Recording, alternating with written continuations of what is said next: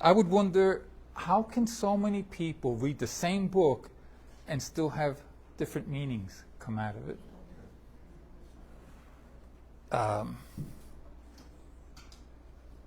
Some would say it was true. Some would say it's not true. And that the Bible contradicted itself. That it was too difficult to understand, and it'll never be understood.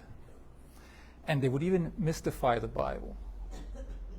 I would hear those that are not Christians, and unfortunately also I heard some Christians say that the way you read the Bible is like this. Did you ever hear that? Yeah, they would mystify it. Or, well, I don't know if, I know in the Spanish people, a lot of Spanish people did this. They would open the Bible in the house and have a certain book or chapter, and that would bless the house or bring good luck or something. Did you ever hear that? See, they heard it. You heard it too? Yeah. So you hear all these things. Remember what you used to think of the Bible. But what does the Bible say? Slide. It says, do your best to present yourselves to God as one approved, a workman who has no need to be ashamed, rightly handling the word of truth. This is not handling the right way. And I like I said, I've heard some Christians say that's the way they read it every morning. And Judas betrayed Jesus. No, that can't be right. Do the same. Wait. What are you waiting for? See, you can come up with all kinds of things. And it's no way to be led by the Lord. Slide. For the word of the cross is folly to those who are perishing, but to us who are being saved, it is the power of God. A lot of people say, come on, you're throwing your life away in that book. It's just a book written by man. Well, they're partly true. It is written by man. Somebody said, a few people sat down and actually did this, but it was through the Holy Spirit. So you can say it's written by man, but you can also say it's written by God. They're both right. Slide. Thy word is a lamp to my feet and a light to my path. You're not going to get anywhere with that kind of nonsense. This is a lamp. We live in a dark world, and this guides us in this world. It's like a lamp. And so we need to understand this lamp, this book. And we need oil so that we can have more light. Now, oil has to do with understanding. Oil has to do with wisdom. It's the Holy Spirit, but he's working through wisdom, and light has to do with understanding. So we need to understand this to guide ourselves in this world. Oh, Jesus guides us. Slide. Was there? Yeah, you go. The unfolding of thy words gives light. It imparts understanding to the simple. When I first got saved, or before I got saved, I had no idea what this book was about. I had a certain respect for it because I was brought up Catholic. I had a kind of religious respect for it, but I knew nothing about it. I'd hear people say, that's not true, it's just written by man. I couldn't go either way. I couldn't defend it because I didn't know. So it was just an opinion.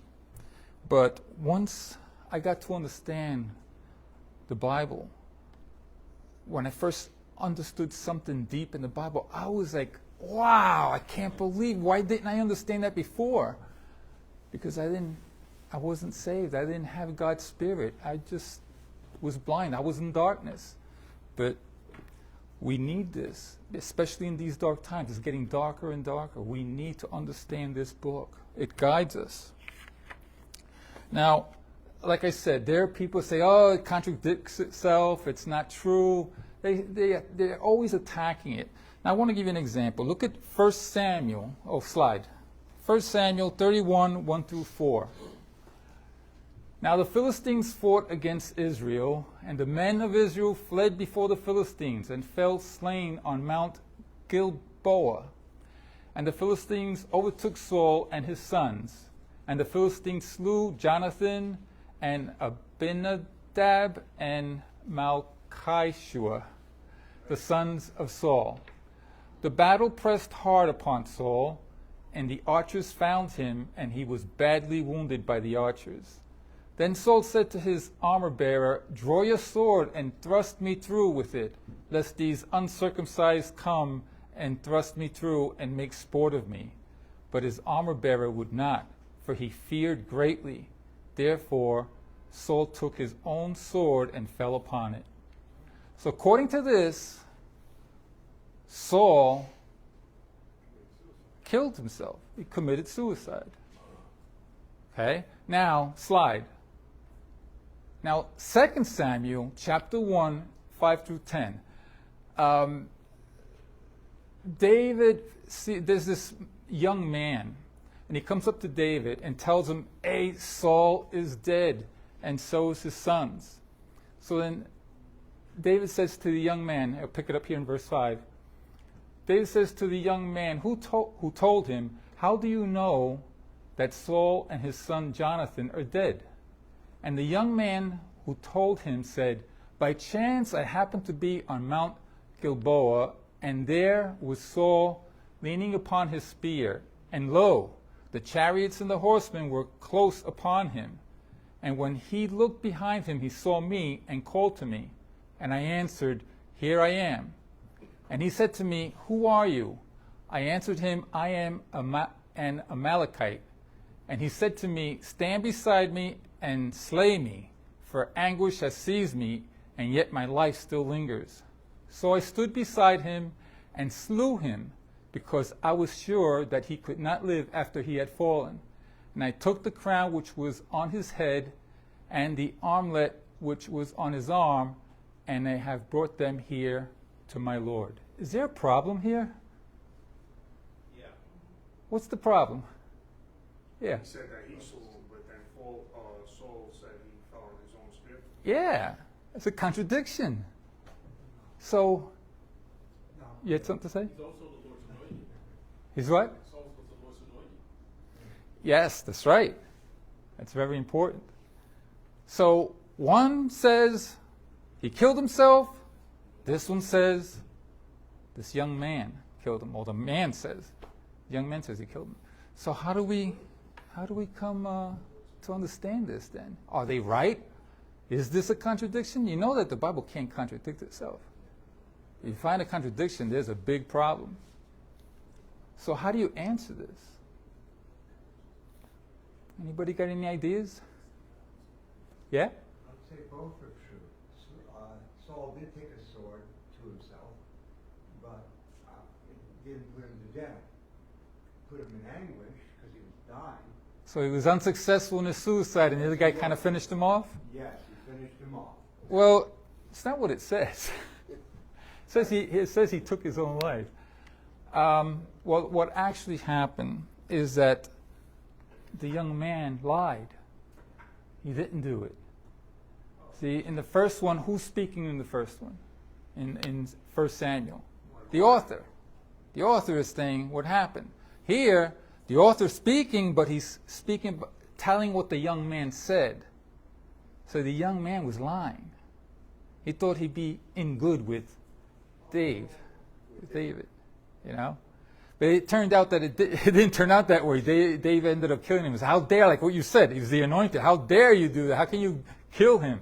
So he ended up getting killed. How do you know he was lying? Well, I can't tell you more than what I just said, because you have to look. One is Samuel speaking in the first one. Samuel is saying what happened. In the second one, Samuel's not saying what happened. He's saying what the young man says happened. So who are you going to believe? The prophet Samuel? Or are you going to believe the young man that said that? So one had to be wrong. It couldn't both be right. So I would trust Samuel. All right. So see, there's seemingly contradictions, and people attack the Bible that way. When there is an answer, but you have to dig a little deeper to find out. Slide. Here's another one. In Deuteronomy 15:4 it says, "But there will be no poor among you, for the Lord will bless you in the land which the Lord your God gives you for an inheritance to possess." So there won't be no poor. You go into this land, no poor. Slide. Now Deuteronomy 15:7, and then I'm going to jump to 11. "If there is among you a poor man," oh, wait a minute. What do you mean if there's not supposed to be no poor man. What do you mean if there's a poor man? If there is a poor man, if there is among you a poor man, one of your brethren, in any of your towns within your land, which the Lord your God gives you, you shall not harden your heart or shut your hand against your poor brother. Wait, there's not supposed to be any poor in the land. And then 11 says, "For the poor will never cease." In other words, there'll always be poor. "For the poor will never cease out of the land. Therefore I command you, you shall open wide your hand to your brother, to the needy, and to the poor in the land." Again, contradiction. God said there won't be no poor in the land that you're going to inherit. But then here it says, there'll always be poor. How do you answer this? Contradiction? Slide. See, you have to read verse 5. "If only you will obey the voice of the Lord your God, being careful to do all his commandment which I command you this day." So see, verse 4 said there won't be any poor in the land. But then verse 5 says, if. See, it's conditional. If you only will obey the voice of the Lord your God, being careful to do this commandment which I command you this day. So there wouldn't be any if they'd listen, if they would. Yes? I would say that's how false teachers deceive people. What they do is they cherry pick a verse and they construct, it's called proof texting. But they take a verse and they pull it out of context and they do a teaching on it and they impose their view on it. And that's how people get fooled. That's why it says the sum of thy word is truth. You got to look at the whole Bible, the whole statement. Very good. Yes. Yeah. See, there's the ideal, the way it should be. Hey, if there won't be no poor, that's the way it should be. That's the ideal. And there's the actual, the way it ends up being. They didn't listen. They didn't follow. Did you ever ask yourself, why is it that there will always be poor? Why? Sometimes questions have answers. If you were to ask why is it that they will remain poor, not because they'll be poor just because they're going to be poor. You know what I mean? You know what I'm trying to say? I'm not sure, really. But hold that question for now, okay? When I'm done, then we'll ask questions, right? Let me get through this. So ideally, there would be no poor if you listened to God, if they would have listened. But they didn't, so the result was that there would be poor. So you see, there are seemingly contradictions. See, let me say this. I have a brother, an older brother, who lives in Georgia. Before he got saved, he told me, "Oh, come on, Jess. Why can't the Bible just say what it says? Why does it have to be so difficult? Why does it have to go around and be so hard to understand? Why can't God just, boom, tell you what he wants to tell you?" And I told him, look, when you get to know someone, when you meet someone, do you tell them your deepest secrets about yourself? Do you tell them things that are very personal? No, you don't go around talking to people about your really deep personal issues. But as you get a relationship going, you get to know the person, and you trust them, then maybe you'll start opening up. And the more you know them, the more you trust them, the more you start opening up. And it's the same with God. You have to have a relationship with him. Look at the world. Look at the little bit that they know about God. What do they do with it? They make jokes about it, filthy jokes, laugh. Imagine if God opened himself up, what they would do with that? No. So my brother kind of understood. He was still frustrated. He got saved years later, but he was still frustrated because of that. But yeah, there's a reason why God does things the way he does. So why these seemingly contradictions? Why so difficult? There's reasons for that. Let me give you one more. John 18, slide. Okay, this is John 18, 19, and 20. The high priest, this is at Jesus' trial. The high priest then questioned Jesus about his disciples and his teaching. Jesus answered him, I have spoken openly to the world. I have always taught in synagogues and in the temple where all Jews come together. I have said nothing secretly. Okay? Nothing secretly. I'm an open book. Spoken openly to the world, nothing secret. Slide. Now this says, he did not speak to them without a parable, but privately to his own disciples he explained everything. Whoa, did Jesus lie at his trial? He said he spoke openly, nothing in secret. And here it says, but privately to his own disciples he explained everything. How do you explain this? Yeah. I was saying that when Jesus was speaking parables, the Pharisee didn't understand. It's true. They didn't understand. Come here. I'll explain it to you. Is that being open? Both texts say that he spoke in public. So he did not speak to them without parables. So he's still speaking to them. However, he explained it to his disciples. Privately explained it. I don't know. What do you guys think? Technicality. Here we go. Is that a good enough answer? Yeah, well, he spoke openly, but he said it in parables. But hey, come here. Don't tell nobody. I don't know. Yeah. Well, I think where he said that he spoke to the parables because most of them kind of like didn't understand. Yeah. They just were going to reject his teaching anyway. So he spoke to them in parables because they already had a heart of heart. They were like, okay, yeah, it's kind of like where he spoke to them in parables and he said he left them to their devices and look, you figure it out what I said to you. Keyword. And also, keyword, disciple. Okay, disciple. Those who are already following him and believe in him, go with him wherever he goes. So therefore, and it's like he said, parable because they're already hardened. He knows already, like. You started something, but then now you're going back. You're getting close, though. So Getting closer. I think he's quoting from Isaiah, and I think the condition was, if you turn to me, I will heal you, at the end of that parable.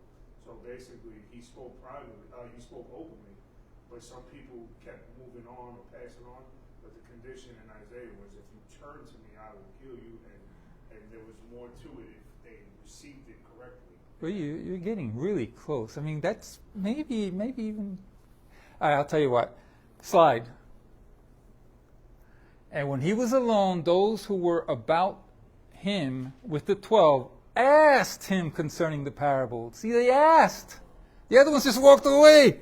And then now he's alone. He's private with you. He can't help that. He's alone. And they said, hey, Jesus, what was that all about? So privately to his own disciples, he explained everything.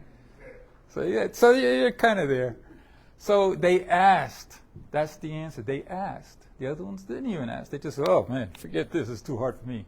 Yeah. I was going to say, basically, you got to look in the context, like read like the full thing. Yes, like what Dave was saying. That's right. Instead of like, Very good. So, see, we have these seemingly contradictions, lies, hard teachings, all these things. But those that attack the Bible, they salivate at stuff like this. They look for contradictions in the Bible, and they love that. But why the opportunity to do that? Why does the Bible, why did Jesus do it that way? Give the opportunity to do that. Are there somehow some kind of benefit to this? Having seemingly contradictions in the Bible? How does that work? How does that work for the Bible? Or does it? Why so hard? Why so difficult? That's what my brother was trying to... Why? He would get so frustrated. It was hard to talk to him when he was like that. Are there any benefits to seemingly contradictions in the Bible? sometimes people explain things differently, right? You can have different views of the same thing. Like in a police investigation, what do? They check out the suspects, what's their alibis, what are the eyewitnesses, they listen to, they separate them. And sometimes they might even sound like they're contradicting each other, but sometimes it's just that one might have left out a detail with someone else remembered a detail and added to it. So that shows that that there's no collusion. They didn't see if let's say Dave commits some crime, right? And Paris was with him. And the police come to them and say, wait, let's hear what happened. And they say exactly the same, word for word, the same story. Where they were, what they were doing. What do you think the police would think if they had the exact same things to say, same words? What would the police think? Yeah, they got together. They got together and said, hey, look, if this happens, this is what I'm going to say. See, that shows collusion. But sometimes things, they might sound different. They might sound even contradictory sometimes. But then when you get the whole story and put it all together, you find, okay, there's no sign of collusion. They said different things, might have sounded like a contradiction. Paris had more details than Dave. So it's good. So that's one thing about the Bible. Sometimes you have to put things together. It's not always, exactly the same. It might sound like a contradiction, but you just got to dig a little deeper to find out what it's all about. Another benefit is that it sharpens your attention to detail. Okay? You dig deeper. You dig deeper into the word seeking answers. So it sharpens you. You get into it more. You study more to get to the truth. You get sharper. So that's good. I mean, I'll tell you a personal experience in a second, but it also tests you. It tests your commitment to Christ. See, some people would use that as an excuse and walk away. Oh, contradiction. I'm free to do what I want. Or you can show your commitment. Exercise your faith.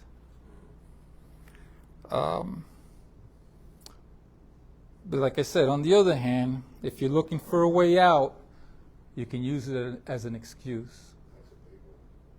Yeah. You can use it as an excuse. Looking for a way out. Looking for a way out. Give you the rope. Yes. It'll give you the rope. So do you want to seek an answer, or do you want to use it as a way out? So, slide.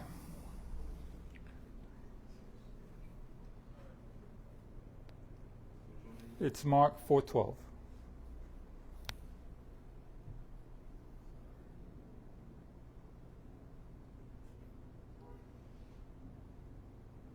Okay, there you go. So that they may indeed see but not perceive, and may indeed hear but not understand, lest they should turn again and be forgiven.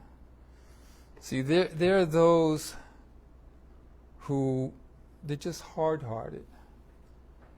Like it says there, they may see but not perceive. There are those who are hard-hearted and they don't really want to know.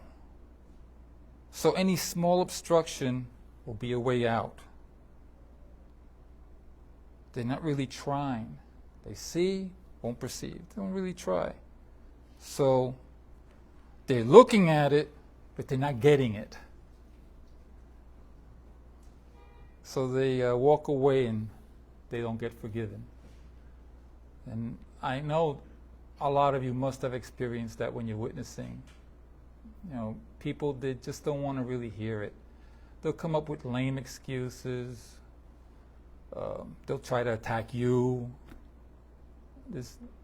They just won't get it. Slide. They just walk away. In John 6:66, well, see, a little background. Jesus is speaking here about the bread that comes from heaven. And he says he's the bread from heaven.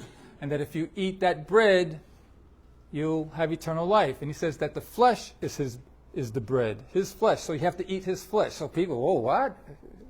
They didn't understand. It was too hard. So what do? After this, many of his disciples drew back and no longer went about with him. See, there's contradictions. There's difficult teachings. There's different views that people seem like to be contradicting one another about the Bible. And they get, they just walk away. They don't try to find out the answer. And notice here, I never really thought about this till when I was doing the study, but it says, after this, many of his disciples. These are disciples. It's not just people he's talking. These are his disciples. Disciples a follower. Many of his disciples drew back and no longer. So there was a point where they were following. They were with him. No longer went about with him. So it's not just the unsaved. Even some saved that are just kind of like wishy-washy. They'll turn away. Again, maybe looking for a way out, looking for an excuse. So you can use what seems to be a contradiction as an excuse to walk away, or even hard sayings difficult to understand. Or you can try to sharpen yourself and try to figure this out. See, it all depends where you're at. These seemingly contradictions can work for you or they can work against you. Now, I want to give you a personal experience I had, and this goes way back. I was fairly a new Christian. I knew I had grown some, but then this study kind of confused me a little bit. It's slide.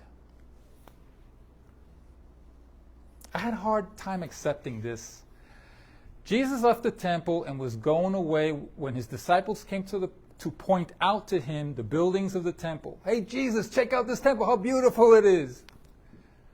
But he answered them, you see all these? Do you not?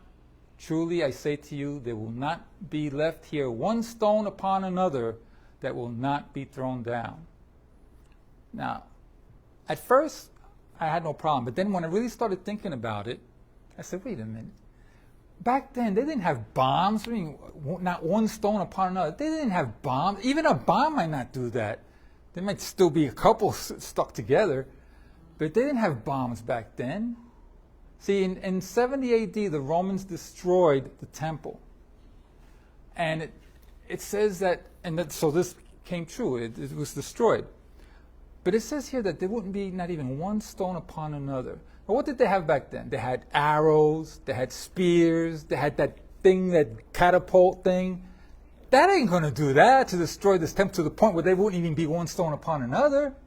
So I started having a hard time figuring this out or accepting this. And I was a young Christian then, and I had met Brother Dave. Dave taught this one time. And he taught it more than one time, I think. I never said to him, hey, Dave, how can that be? Because I kept it to myself. Everybody accepted it. I heard that it was in history, that it was recorded in history. And I believed the Bible, and there it is, it's in the Bible. So I was kind of trying to accept it, but there was always this nagging feeling. How could it be? The only way I can imagine that would happen is if the Romans went around tearing them apart. And I said, but I can't see them wasting their time doing that. So I would ask other pastors, I would ask Bible teachers about it, and they would always give me the answer of, the Romans were so ruthless, they wanted to demoralize the Jews, so they tore it all apart. I still couldn't. I don't think they would. That just didn't make sense to me. I don't think they'd waste their time doing that. So remember, back then there wasn't Google. I couldn't just Google it.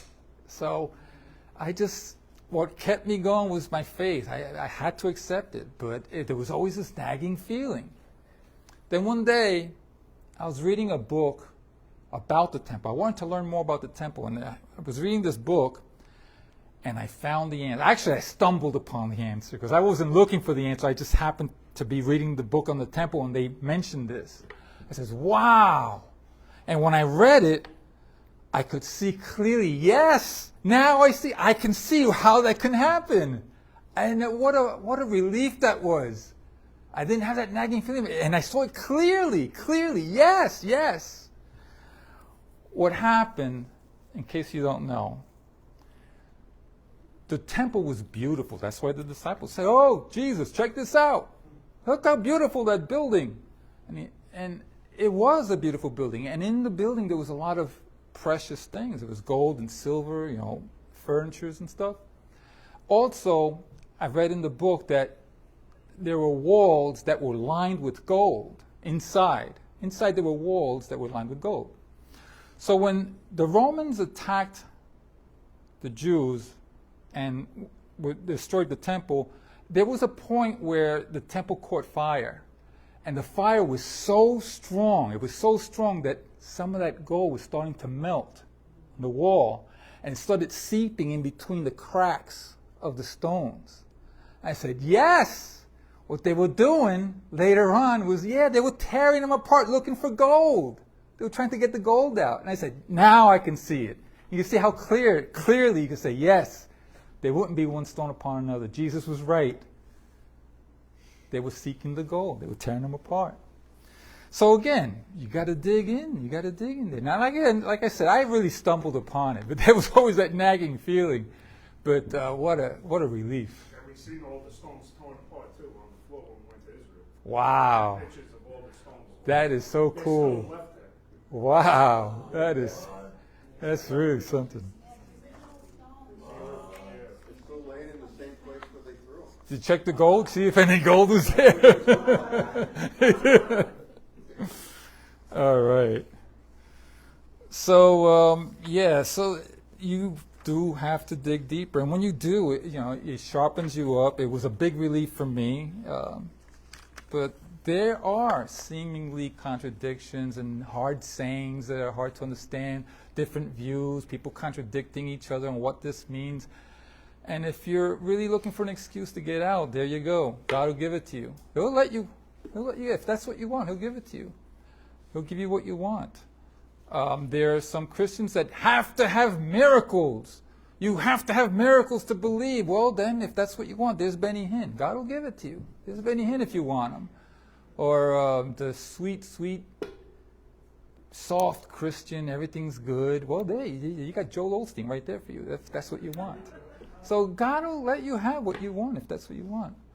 But it all depends on where you're at. If you're really seeking the truth, it'll sharpen you up getting through these seemingly contradictions. So, there are benefits to it. God knows what He's doing.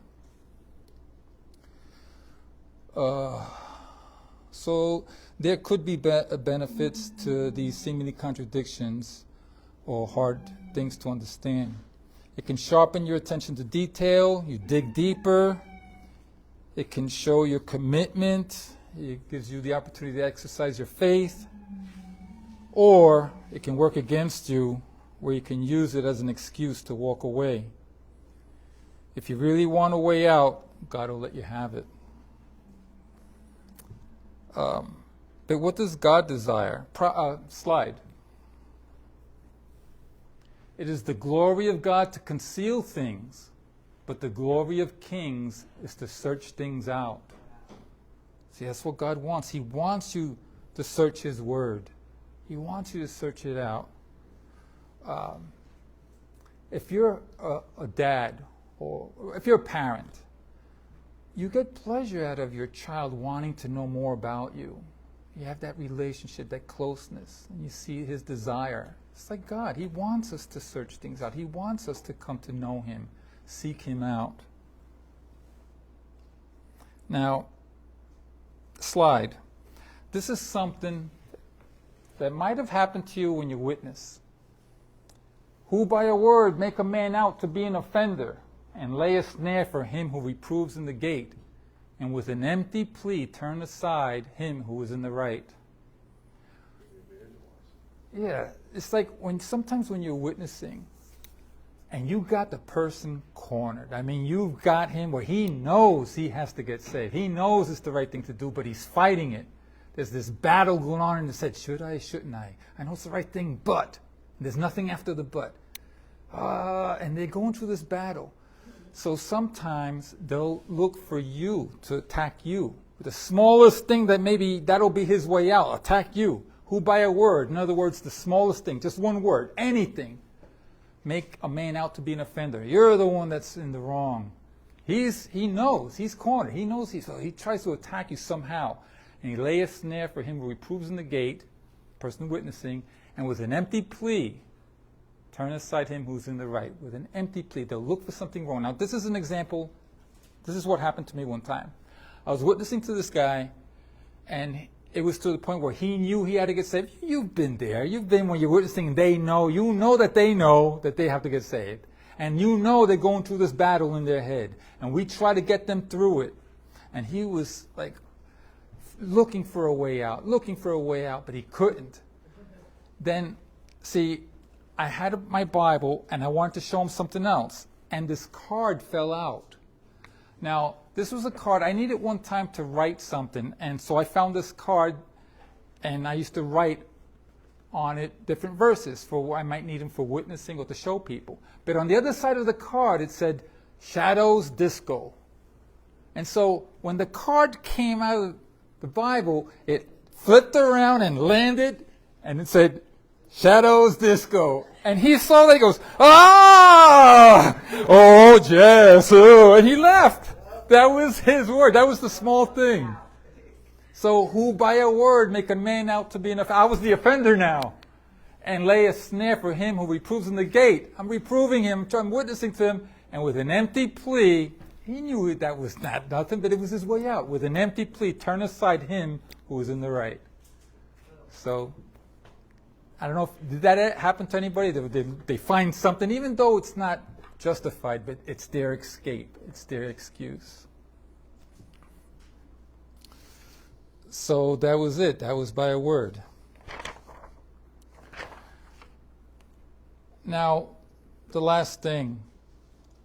It's another unexpected benefit to these seemingly contradictions. It's how those who set out to disprove the Bible and see contradictions, and in so doing, they come to a deeper understanding of the Bible, and they not only become believers, they also become defenders of the Word. An example is Josh McDowell. He wrote the book, Evidence That Demands a Verdict. He set out to look for fault in the Bible, and look what happened. He ended up becoming a believer and a defender. So, yeah, there are benefits to these seemingly contradictions, hard sayings. It can work for you, or it can work against you. It depends where you're at. That's it.